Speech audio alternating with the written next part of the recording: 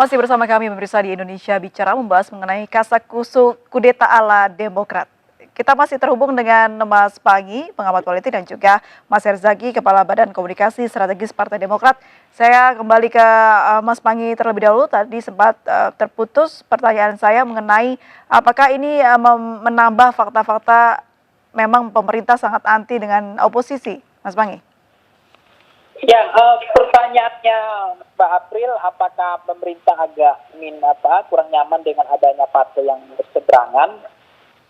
Setelah saya mencermati apa yang menjangkiti, apa yang terjadi pada partai PKS, hingga lahirnya dua faksi juga, kemudian faksi itu mengkeras, kemudian ada yang lahir partai baru, kemudian terakhir yang partai berkarya itu yang Kemenkumham yang mengesahkan kepengurusan Mufti Pak Purwo Pranjono ini, sementara Tommy Soeharto tidak disahkan karena Tommy adalah sikapnya tidak jalan sesuai dengan chemistry pemerintah. Sebetulnya dari bentangan empiris itu kita bisa aja ambil kesimpulan apa yang terjadi gitu, bahwa menjadi rentan bagi partai oposisi ini gitu. Apalagi kalau partai itu tidak memiliki tiga hal, yaitu solidaritas, kemudian tokoh sentral yang kuat, yang ketiga adalah kemampuan untuk melakukan menjaga ritme partai supaya tetap solid ya di bawah satu komando. Ini risiko yang kemudian kita tidak heran ya mengapa PAN ya tidak berani untuk mengambil jalan yang berbeda Golkar ya. Bisa jadi boleh cepat risiko-risiko itu bisa mereka tidak lagi menjadi ketua umum atau ya akan ada KLB atau Munaslup gitu. Dan lagi-lagi yang mengesahkan ini adalah ya Kemenkumham lagi. Nah, kalau Kemenkumham yang mengesahkan kan legitimasi ada pada pemerintah. Ya suka-suka pemerintah mana yang disahkan nanti gitu. Kalau KLB atau Munaslup itu berjalan sukses dari mengambil orang-orang yang kritis, orang yang kecewa, orang-orang yang... Ini sebenarnya tergantung partai politiknya ya, kalau mempunyai sosok yang kuat dan mungkin ya di dalamnya organisasinya kuat, tidak mungkin adanya kebocoran-kebocoran seperti hal ini, begitu Mas Pangi? Ya, artinya bagaimana strong leadership pemimpin tetap harus tentu dia butuh jam terbang, pengalaman ya, kemampuan untuk kepiawaian, kemahiran menghadapi hal ini. Maka AHY ya bisa saja semakin kuat ketika beliau berhasil melawan kudeta ini dan beliau mampu membela diri dengan baik, dan ini tidak berhasil pada partai-partai lain. Ketika ada politik pecah belah ini. Mungkin saya harus tanya ke Mas Herzaki ya, di Demokrat sendiri tuh, di tubuh Demokrat seperti apa sih keadaannya sekarang? Jadi begini Mbak, masih dipahami ya bahwa kita solid sekali nih di sini. Ini alhamdulillah ini. Kenapa? Justru ada rencana kudeta makar atau apapun ini ya, yang melaporkan ke kami adalah para pemilik suara gitu.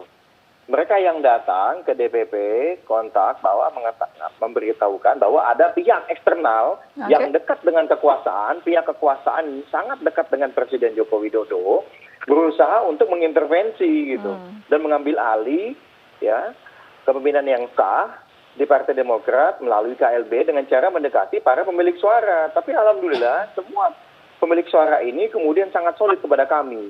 Setelah melaporkan ini, segala kita teliti segala apa, bahkan semua daerah yang memiliki hak suara, ketua-ketua DPC dan ketua-ketua DPC itu mengirimkan surat, Mbak. Baik, kalau di dalam tubuh Demokrat solid, Mas Herzaki, berarti tidak ada kekhawatiran dong kudeta ini akan terjadi. Lalu mengapa AHY seakan-akan curhat ke masyarakat kemarin? Bukan curhat, ini justru yang keliru penafsirannya. Kenapa? Karena kita justru kenapa kita membuka ini, Pak? Karena ada praktek-praktek yang terjadi di partai-partai sebelumnya. Ini bukan hanya bicara mengenai Demokrat, tapi ini bicara mengenai praktek demokrasi di Indonesia yang terancam oleh kekuasaan yang semakin eksesif gitu loh, ya, yang tidak misalnya itu memberikan ruang bagi perbedaan gitu. Ini yang menjadi masalah besar nih gitu loh. Kalau hari ini kenapa kami buka? Karena kami sampaikan seperti tadi disampaikan oleh Saudara Pangi ya, sangat jelas. Kalau kita diam-diam saja bisa kejadian kayak berkarya gitu loh. Ya kan, atau kejadian kayak waktu itu Golkar, ya kan, dan bahkan mungkin pecah kayak PAN maupun PKS. Tapi maksud kami, ya, ini pelajaran besar nih. Kami mesti sampaikan ke publik, sehingga publik tahu bahwa ada langkah seperti ini, bahkan ada pencatutan nama menteri, dan juga ada pencatutan nama presiden. Karena itu kami minta konfirmasi ini loh Mbak, yang menjadi poin utama, bukan kami curhat. Jadi bukan atau untuk melawan pemerintah, tidak ya Bang Herzaki ya? Oh tidak dong, ini jangan dibenturkan antara katakanlah AHY versus Jokowi atau versus Istana atau Biru versus Merah. AHY versus Muldoko mungkin? Ya tidak kalau kami tidak melihatnya seperti itu gitu. Kami tidak merasa punya konflik dengan beliau. Ya.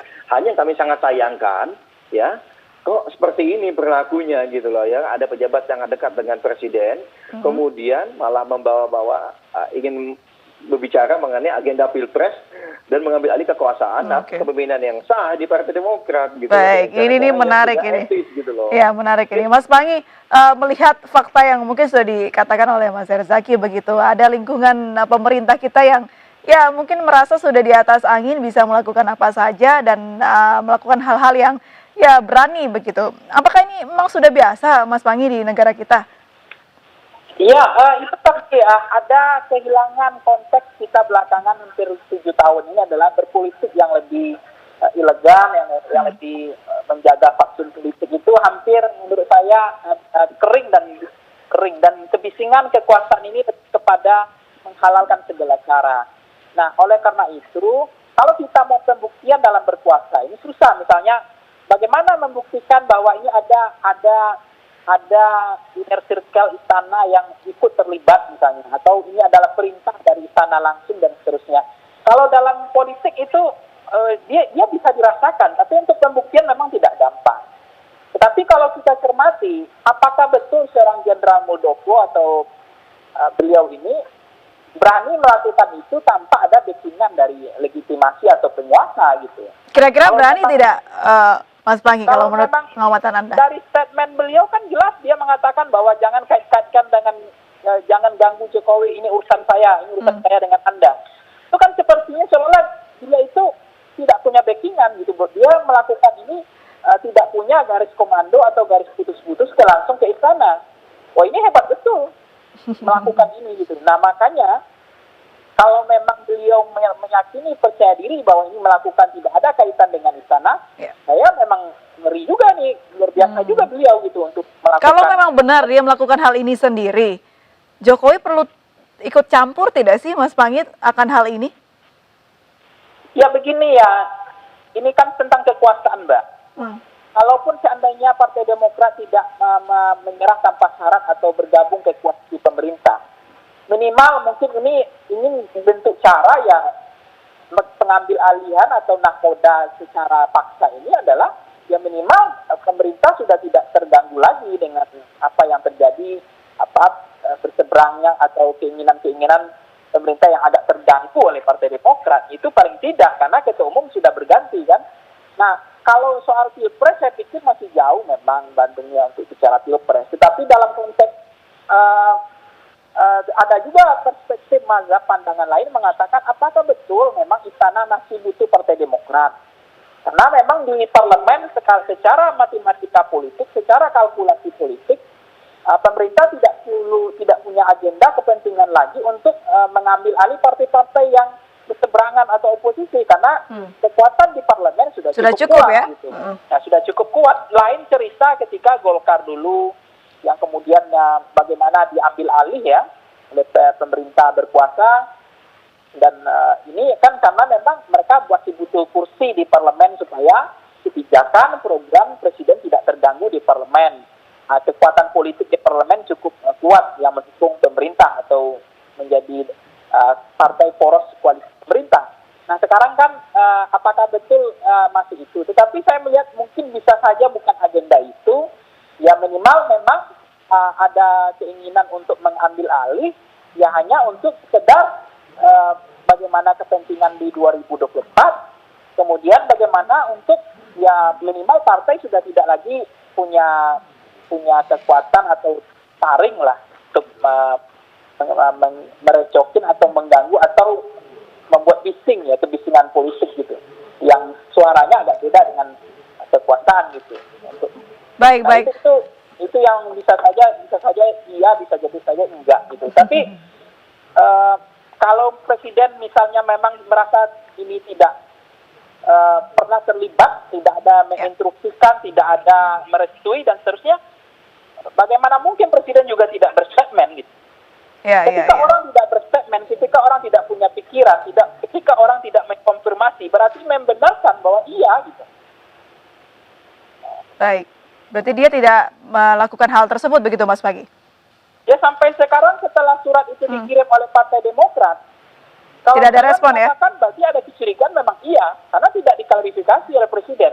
Apakah Presiden merasa ini tidak penting diklarifikasi atau ini nggak perlu? Ya menurut saya agak aneh kalau mengatakan tidak perlu, karena ini kan orang lingkar istana Baik. sendiri Baik. yang menjual nama beliau. Baik, Yang Mas kemudian Herzaki, membawa nama Demokrat ini menunggu tidak sih respon dari Presiden atau sebenarnya ya melihat saja bagaimana sikap? Ya, laiknya Mbak, etika politik kami sudah berkirim surat, ya sebaiknya dibalas. Tapi kalaupun Presiden tidak membalas, itu kan juga haknya Presiden. Tapi kalau dengan Presiden tidak merespon atau tidak membalas, itu kan bisa memberikan sinyal tertentu yang kurang pas ke publik kan juga, ya itu kan adalah bagian hal yang dihitung oleh Presiden mungkin gitu loh.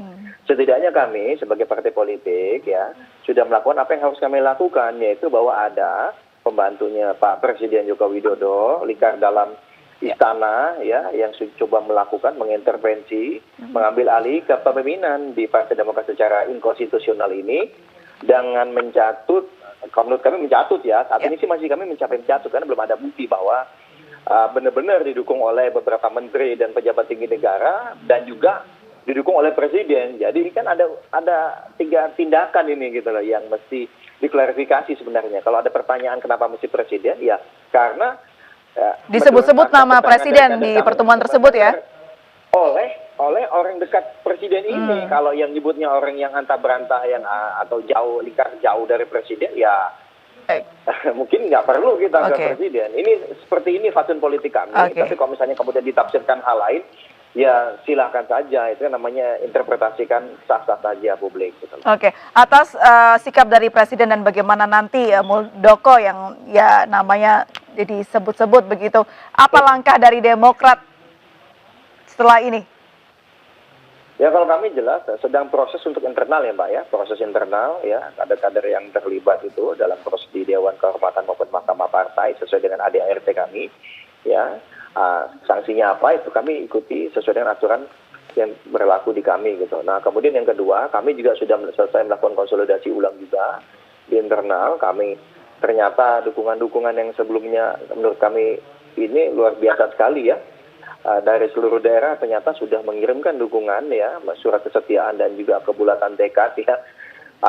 Ini luar biasa ini gitu. Justru dengan ada momen ini justru menunjukkan bahwa ternyata kader-kader ini memang sangat solid gitu loh di Partai Demokrat, dan kemudian mereka merasa bahwa tidak rela dan tidak ikhlas saat partai ini sedang mulai menanjak kembali ya, mulai naik ini kita dengan ada tren yang sangat tinggi dan kepemimpinan AHY yang ternyata sangat disukai nih oleh para pemilik suara di DPD dan di DPC gitu, dan mereka tidak ikhlas dan tidak terima kalau ada orang yang mohon maaf ya yang kader Demokrat lama dan mantan kader bahkan yang tidak ada urusan dengan Demokrat malah mencoba mengaduk-aduk nih, padahal beberapa di antara mereka itu adalah sosok-sosok yang dulu sempat menghancurkan dan merusak nama baik Demokrat dengan melakukan perilaku tidak terpuji gitu. Jadi para pemilik suara ini yang malah protes keras. Dan jadi agendanya akan tetap sesuai dengan apa yang ada begitu ya Mas Herzaki ya? Iya, kita tetap jalan karena apa Mbak? Kami ini sedang sibuk Mbak. Sedang sibuk dalam membantu saudara-saudara kita yang terdampak bencana dan juga COVID gitu loh. Nggak taunya kami lagi sibuk membantu rakyat karena emang sesuai dengan arahan Ketum AHY kita harus berkoalisi dengan rakyat ya. Malah ada orang-orang yang kayaknya tidak senang kami bekerja untuk rakyat gitu loh, apalagi ada intervensi kekuasaan. Baik. Kita akan lihat bersama-sama bagaimana respon pemerintah dan juga beliau-beliau yang mungkin sudah tercatut oleh kudeta ala Demokrat yang kemarin disampaikan oleh AHY. Kami tunggu terus bagaimana hasilnya Mas Herzaki. Sukses terus untuk membantu masyarakat di Indonesia yang sedang banyak tertimpa musibah. Salam sehat selalu Mas Herzaki. Selamat malam. Mas Pangi juga terima kasih banyak sudah bergabung bersama kami di Indonesia Bicara. Ya, selamat malam Mbak April. Salam sehat selalu. Pemirsa, demikianlah Indonesia Bicara hari ini. Tetap patuhi 3M, menjaga jarak, memakai masker, dan mencuci tangan. Mewakili seluruh kerabat kerja yang bertugas, saya Aprilia Putri undur diri, MNC News Channel Berita Pilihan Indonesia. Terima kasih, sampai jumpa.